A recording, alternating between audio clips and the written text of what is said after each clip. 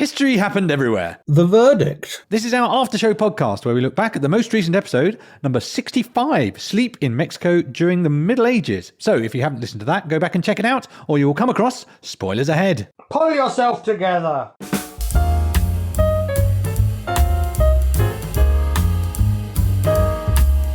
Hello, my name is Pete Goddard and I'm here in the HHE studio with the soft, fluffy pillow to my rock-hard mattress. It's Mr. Ryan Weir. Hello. Hello, hello. And of course, we are joined as ever by the disciplined disparager of dreams. It's the judge himself, Mr. Paul Dursley. Happy New Year. Happy New Year to you too, Mr. Judge, sir. Now, Ryan, as if it were a dream, as much as your dreams melt away in the morning and you can't remember what happened, I can't remember anything about the episode. Well, that's a shame, because it was a good episode. I would say almost an A grade. Almost an A grade. Well, we'll see about that. But I wonder if you could remind us what happened in about 60 seconds. When do we do it? Start now. Sleep like a Mayan, wake up like an Aztec. That's the motto for this week's episode, where we discovered that sleep for ancient Mesoamericans was serious business. We took a nap on traditional sleeping mat and looked at how dreams meant more than just a jumbled mess of images. We sat with a soothsayer and foresaw predictions of things to come. Pete took a mouthful of kalea, the intensely bitter dream herb, in the hopes that it would give him superpowers to control his nightmares. And we met our late-night spirit animals and partied into the early hours to celebrate the Aztec Day of the Dead. And finally, we heard the story of Iztaccíhuatl, the beautiful princess who fell into eternal slumber and turned into a snow-capped mountain. And all while sampling tequila and cerveza. It was sleep. It was Mexico. It was the Middle Ages.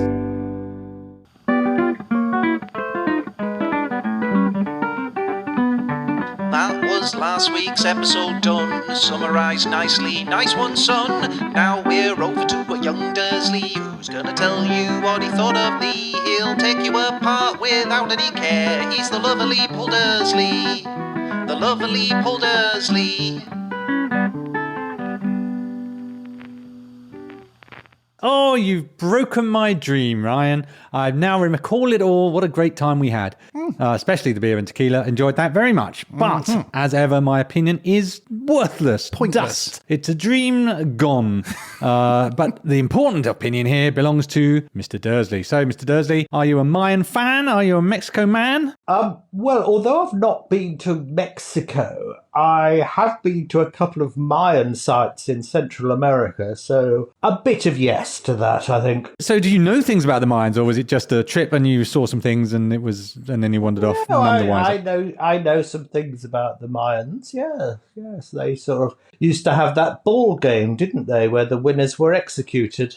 Perhaps Really? we should do that in this. Football would be quite interesting if that were the case. Well, it's interesting because I asked about it to the guide, and he said, yes, but those matches only sort of happened once every 40 or 50 years. Oh, wow. Okay. You've got to get the training in, haven't you? You only get one go at it. Well, but they were generally played by old people as well. Oh. But they were also generally old players. Sounds like Squid Game. You know, to die in the sort of Mesoamerican culture, as you said, is not the end. Certainly not the end. No, it is but the beginning. An awfully big adventure, as they say. Mm-hmm. Now, Ryan, you mentioned Cortes. Hernan Cortes. Hernan Cortes. So I was quite interested by him, so I did a little digging about him. Mm-hmm. So I discovered that Cortes he probably would have won anyway, but he was a little bit lucky because he went to see Montezuma, who was the leader of the Mayans. And his calendars and the prophecies that they were keen on had estimated that in that very year, the god Quetzalcoatl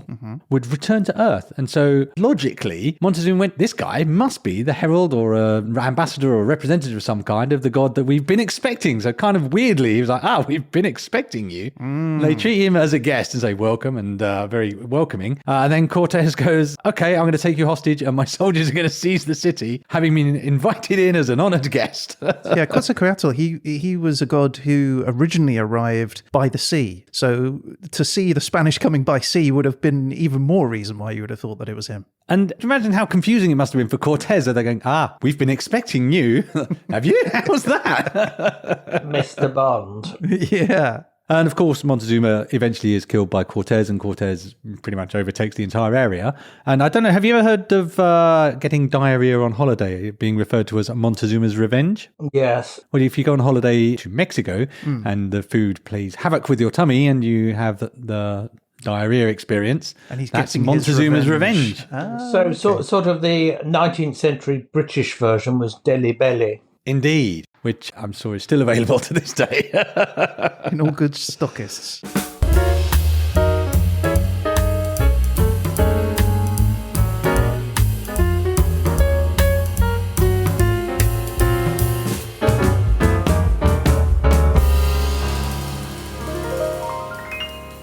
So in the episode, Ryan, we drank beer and tequila. We did. But one of the things we also drank... By the way, Ryan, thank you for your bribe. It arrived today. Oh, I'm pleased you received it, Judge. Oh, it's like that, is it?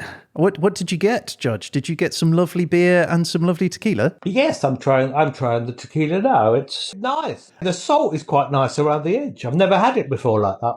I didn't bring him salt. Well, I'm sure he had his own salt.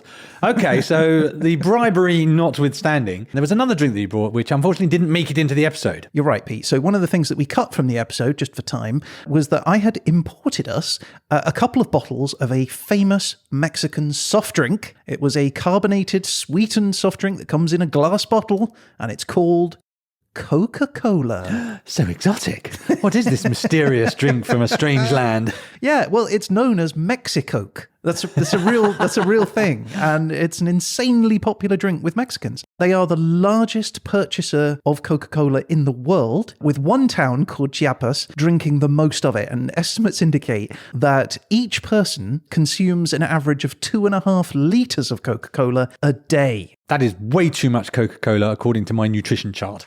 Yeah. I think Mexi Pepsi is a better name. Well, get onto the marketing department. They'll be having that soon. But it's so commonplace that they even have a church which has swapped out communion wine with Coca-Cola, which has earned it the name, obviously, the Coca-Cola Church. So you can go there and, I don't know, baptize your baby in a bath of Coca-Cola. That seems like a stretch for the use of Coca-Cola to me, but okay, who am I to judge? I'm assuming the people of Chiapas are on the larger side. They do have a large obesity issue. But yes, one of the reasons for its popularity is because Mexican-made Coke is different to that produced in the rest of the world. Most commercial Coke uses high fructose corn syrup as the sweetener, but Mexican Coke has stood by its earlier recipe and still uses cane sugar instead, which supposedly makes it taste better and, in quotes, more natural. But sweet, as we experienced. Super sweet, yeah. In fact, taste tests generally show no real difference between the two. But some claim that MexiCoke has a more complex flavour with an ineffable spicy and herbal note. I found it so ineffable that I could not detect it. I will say that much. Yeah, so Coca-Cola first opened their bottling franchise in Mexico in 1921, and the recipe has pretty much stayed the same since then. But now it's got this kind of nostalgia feel to it, and it's garnered quite a lot of cachet among the new generation, particularly those who are using social media. And MexiCoke now has, I believe the term is, clout. Really? Yeah. And it's being exported internationally and is now readily available in most grocery stores throughout the United States. In fact, nostalgia for MexiCoke has been so great that the Mexican Coca-Cola Company has reintroduced another old drink called Surge, which was last sold in the 1990s to sort of capitalize on this sort of feeling of nostalgia. All right. But the only other country that make Coke with sugar rather than corn syrup is New Zealand. And so I say we call it Kiwi Coke. Kiwi Coke, that works. It's pretty good, right? I like it. Don't drink 2 litres a day, though. That's my strong advice, to be honest with you. Drink 2.5 litres instead. I'm getting bored of this bit. It's an advert.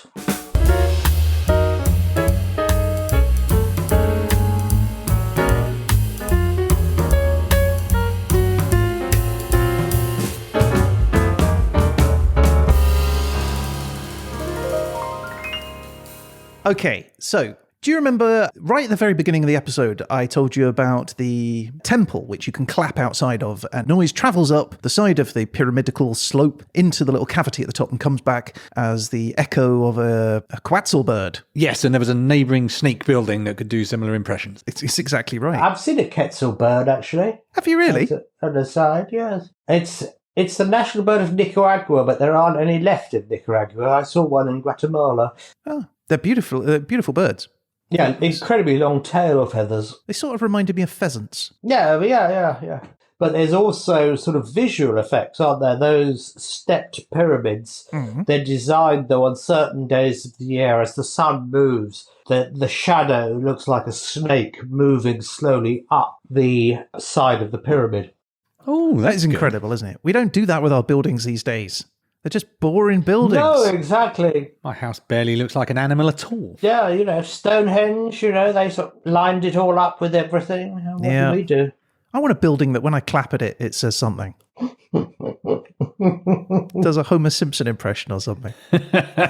Well, sounds were really important to the Aztecs, and they made countless types of different noisemakers and musical instruments. But there is one instrument that stands out above and beyond the others, and it's called the Aztec death whistle. It is a ceramic instrument that produces a loud, high-pitched, and eerie sound believed to mimic the sound of human screams. And it was only found somewhat recently in 1999. Oh, wow. At an Aztec temple dedicated to the wind god Ecatl. And the whistle was held in the hands, or the skeletal hands, of a male who had been the victim of human sacrifice. Ooh. Now, at first, they assumed it was like a toy or an ornament of some sort, but it was later revealed that the whistle was likely used during the sacrifice itself to help guide the soul of the victim towards the afterlife. And it's believed that they were used in other religious ceremonies too, like the Day of the Dead celebration, but also, notably, in warfare.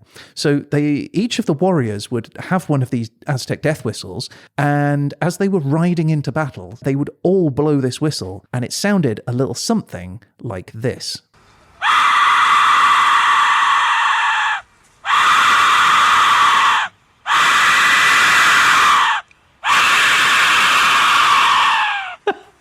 It's quite scary and screamy.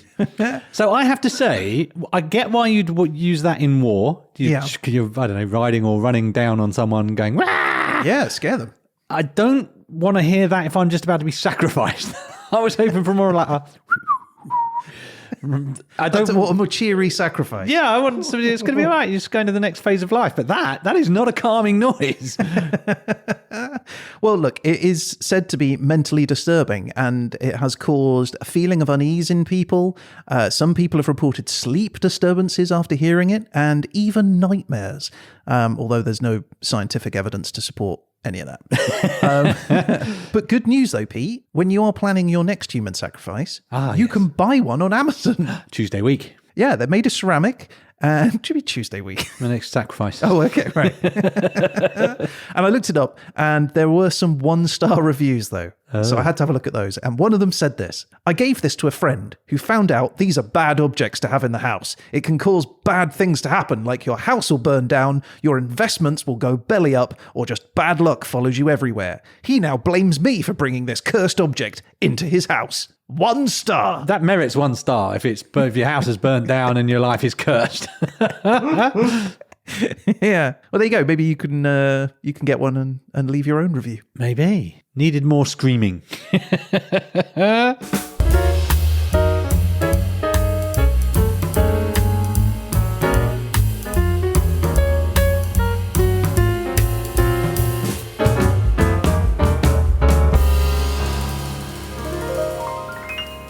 The herb, Ryan. I have to raise the herb. You want to talk about Kalea? I want to talk about Kalea.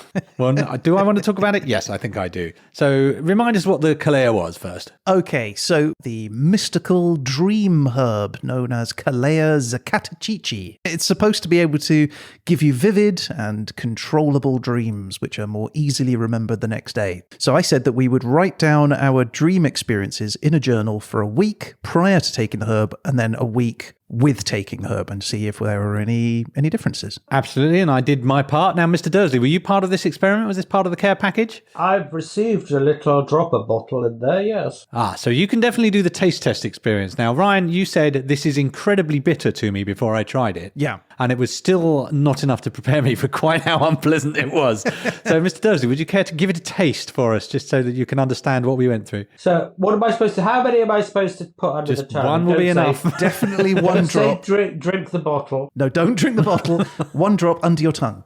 It is quite bitter. I wouldn't go as far as to say it's nastily bitter. It's just bitter. There's something wrong with you, Paul. That is astonishing, because I found it really close to unbearable night after night, Ryan. Bitterness is one of those things where there is genetically either you do or you don't. It's bitter, clearly. There was a squirt of nastiness every night that I did not look forward to, I have to tell you. I took it just before I brushed my teeth, just to give it some sort of mint flavour. But even then, I felt queasy and sick afterwards. It was pretty unpleasant, wasn't it? But did it work? That's the question. So what was your experience, Ryan?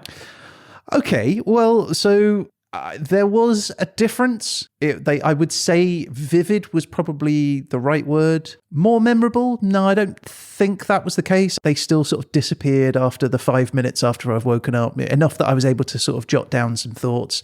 But other than that, not especially. And I certainly didn't control any of my dreams. So I found more or less the same lack of memorability. One day I didn't write it down straight away, and I had so little of it left when I came to write it down because I got distracted. And it's they're really gentle hold you have on those dreams as they come by, don't they?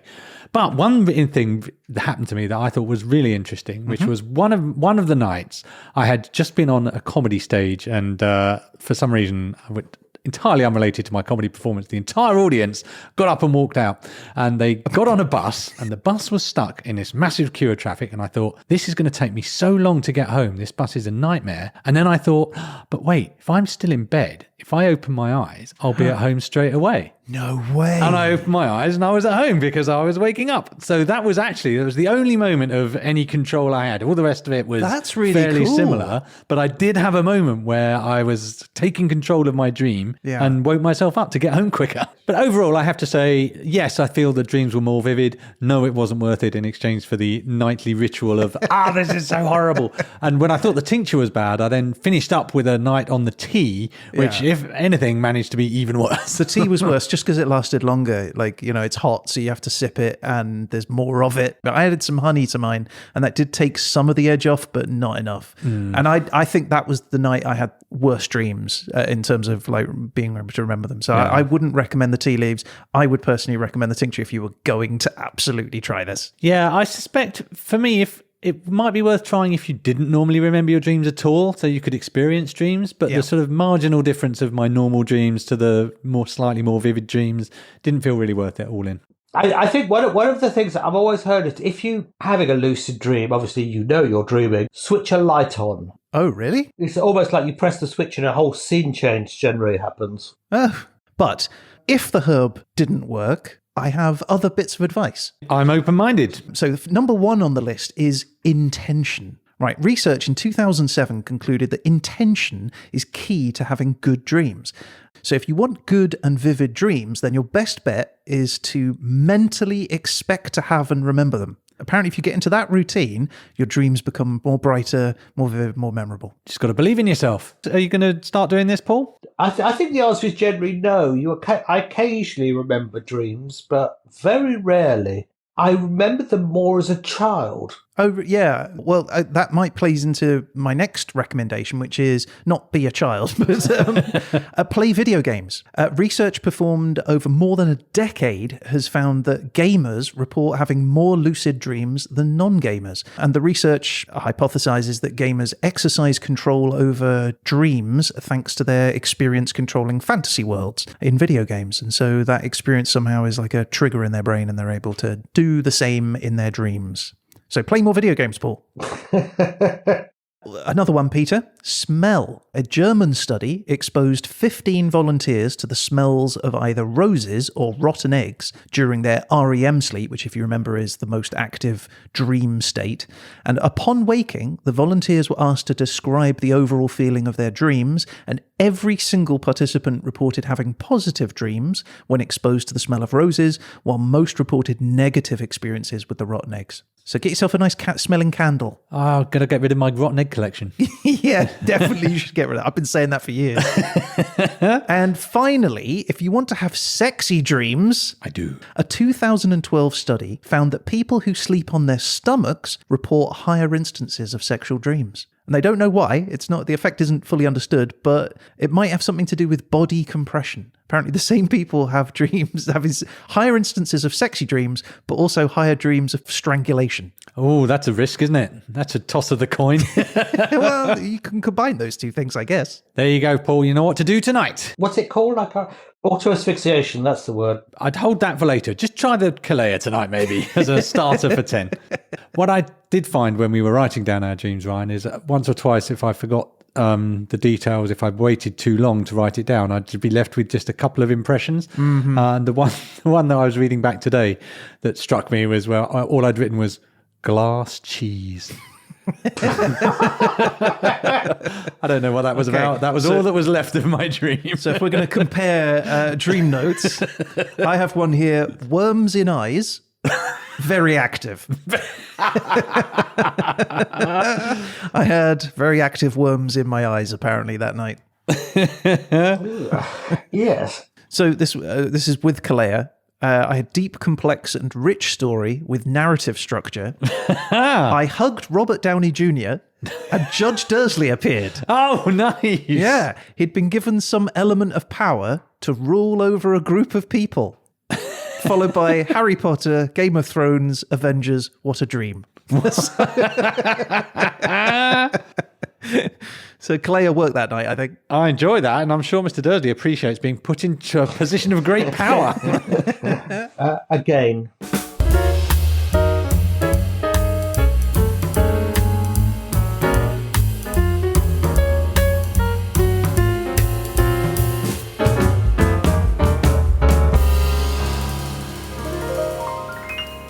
So, on the subject of being put in a position of great power, I think we've come to the end of the line, have we not? We have. It's time to step into the dock line and prepare to face the people's judge. I'm prepared. Judge Dursley, are you ready to give your verdict? Yes, I am. I have an observation, first of all. Please observe.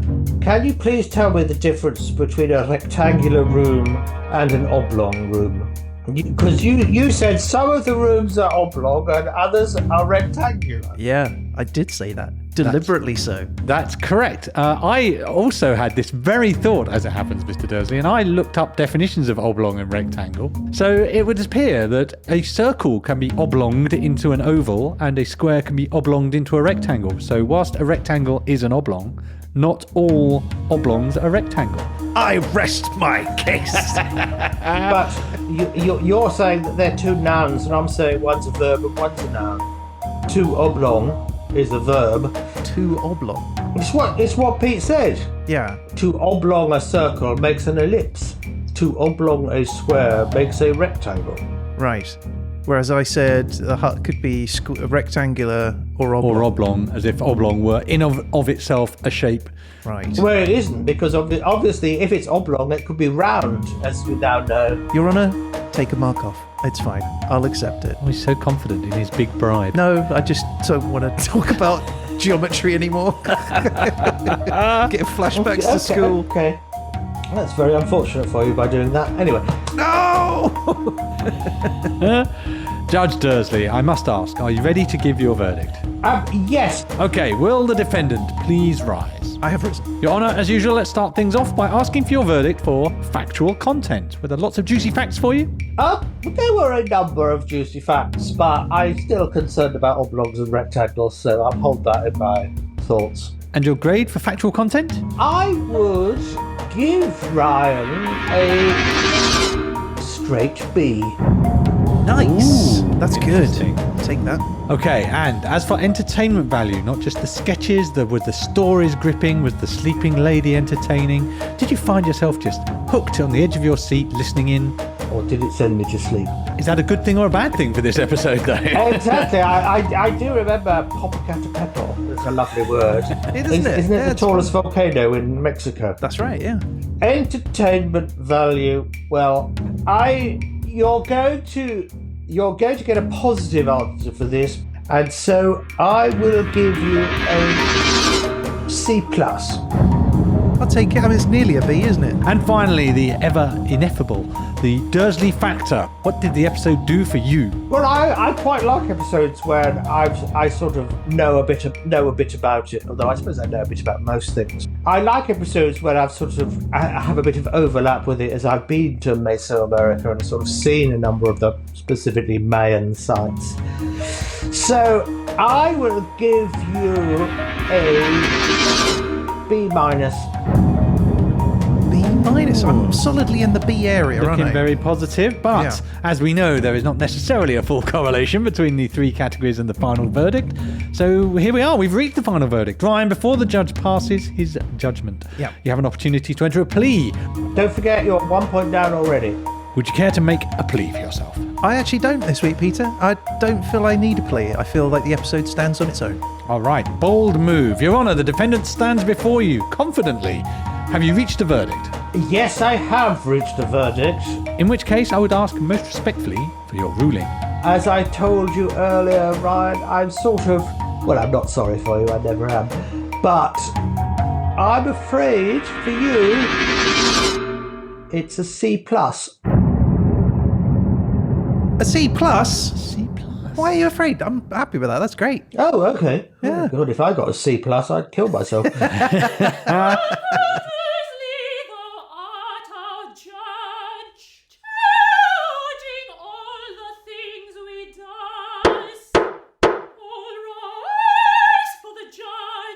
Okay, that's it. That is our show for this week, and a jolly good grade it was too. If you'd like to get in touch about any of the things we've talked about in the show, or just say hello, you can reach out to us on social media through the website at hhepodcast.com, or email us at peteandryan@hhepodcast.com. That's right. We'd love to hear from you. And you never know, you might end up featured on a future show. Such as Sally, a listener who took us to task, right? Oh. Good on Sally. This was for the end of the year quiz, specifically the round Who Got There First, where she thought we have done Early Man a disservice. Yeah, that's a fair point. I think that is a fair point. We did do Early Man a disservice, and we can only say, sorry, Sally. Sorry, Sally. And we've also heard, Ryan, from Nick, who says that the sketch regarding the Mayan house was, and I quote, very funny. Not just funny, very funny, my friend. Funny. That's the bit we're taking home. Now, of course, if you want to feature on a future episode, you can also rate and review the show on Spotify or Apple Podcasts. And those recommendations really help bring the show to new listeners, which we would like very much. Indeed. And if you're on TikTok, Instagram, Facebook, or Twitter, you can get your fill of HHE Podcast at HHE Podcast. And if you subscribe to those, you're going to get an alert every time we post one of our little photos or stories and facts and figures. Yeah, so we'll maybe put a picture of the Sleeping Lady Mountain, those things that we find difficult to describe to you. And also you can see pictures of us drinking tequila, and who doesn't want to see that? Indeed. We'll be back again soon with our next episode, which is The Extra Mile in Syria during the Persian Empire. Mm-hmm. But in the meantime, a huge thank you to the judge himself. Thank you, Paul. My pleasure. And that's it. I guess all that's left to say is... You've been listening to...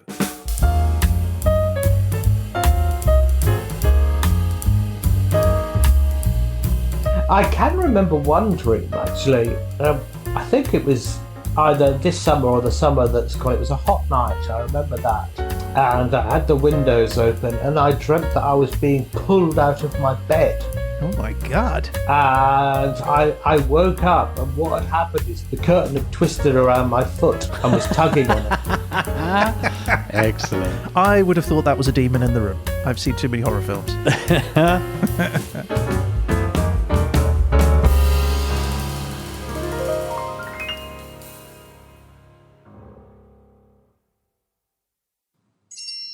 Someone just grant you a wish. That was my phone. I don't usually have.